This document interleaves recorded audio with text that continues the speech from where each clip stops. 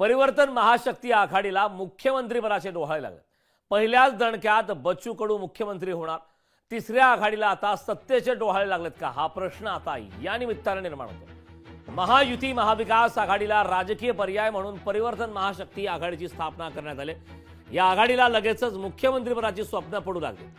बच्चू कडूंनी पुढचा मुख्यमंत्री तिसऱ्या आघाडीचाच होणार असा दावा केला। पाहुयात या संदर्भातला एक स्पेशल रिपोर्ट।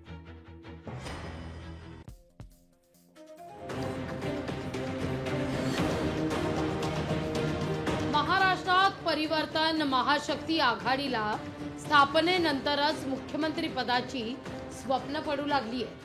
बच्चू कडू यांनी तिसऱ्या आघाडीला राज्यात सत्ता मिळेल असा विश्वास व्यक्त केलाय।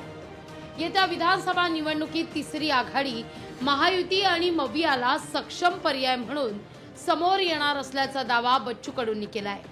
तिसऱ्या आघाडीचा मुख्यमंत्री होईल असा विश्वासही त्यांनी व्यक्त केला।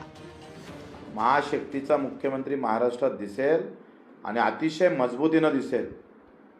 पुऱ्या देशाला मला वाटते आदर्श ठरेल असं हे राज्य उभं करण्याचा प्रयत्न करू। बच्चू कडूंनी महायुतीला सोडचिठ्ठी देणं शिवसेनेच्या जिव्हारी लागलंय।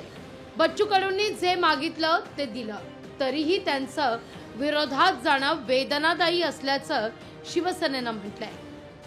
बच्चू कडूंनी एक मागणी केली होती की दिव्यांगांना देखील मुख्यमंत्री रोजगार निर्मिती योजनेचा लाभ मिळाला पाहिजे। तो देखील त्यांच्या मागणीनुसार आम्ही दिलेला आहे। त्याच्यामुळे त्यांचं वैयक्तिक काही मत असू शकतं, परंतु सरकारनं अतिशय चांगल्या पद्धतीने महाराष्ट्रासाठी काम केलं हे निर्वाद सत्य आहे।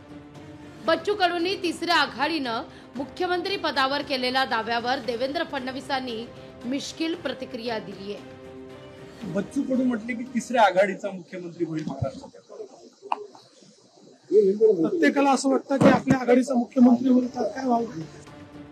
तिसऱ्या आघाडीच्या निर्मितीला अवघे काही तास झालेले असतानाच थेट मुख्यमंत्री पदावर दावा करणं थोडं धाडसाचं आहे।